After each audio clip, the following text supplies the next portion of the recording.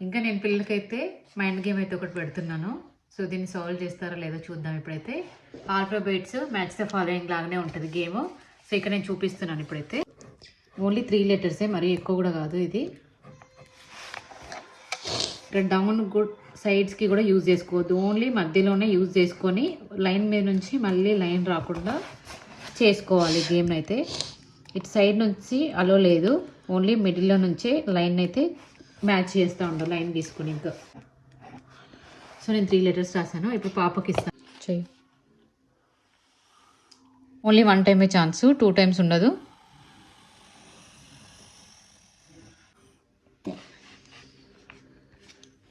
ఇట్లా ఫోల్డ్ చేసి కూడా ఉండదు పేపర్ని.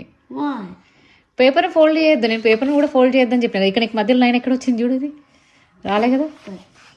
లేదు, పోయింది అనేది. ఇంకా చిన్నదానా నువ్వు ట్రై చేయనా, మ్యాచ్ చేయి. Okay, next.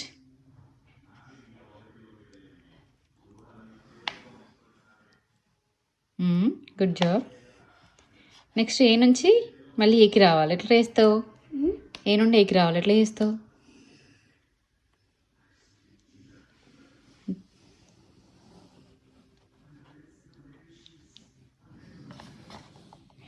A good job కన్నా, గుడ్ జాబ్ నాని.